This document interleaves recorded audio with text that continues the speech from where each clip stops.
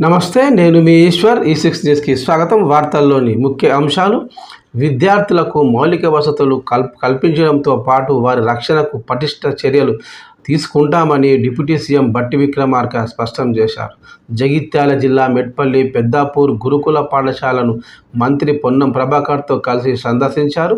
ఇటీవల పాము కాటుకు గురి అయి మరణించిన విద్యార్థి పేరెంట్స్ను కలిసి బట్టి విక్రమార్క బాధిత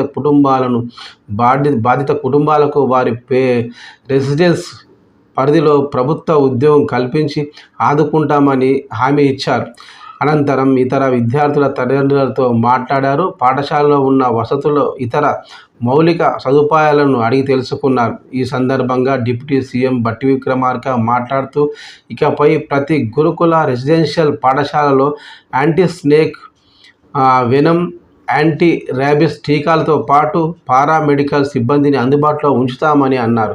ప్రతి ఎమ్మెల్యేతో పాటు కలెక్టర్ వారి పరిధిలో ఉన్న రెసిడెన్షియల్ పాఠశాలలో నెలకు ఒకసారైనా భోజనం చేయాలని సూచించారు. పెద్దాపూర్ గురుకుల పాఠశాలలో 2 విద్యార్థులు మృతి చెందడం అత్యంత బాధాకరమని, భవిష్యత్తులో ఇలాంటి సంఘటనలు పునరావృతం కాకుండా పటిష్ట చర్యలు తీసుకుంటామని తల్లిదండ్రులకు భరోసా ఇచ్చారు.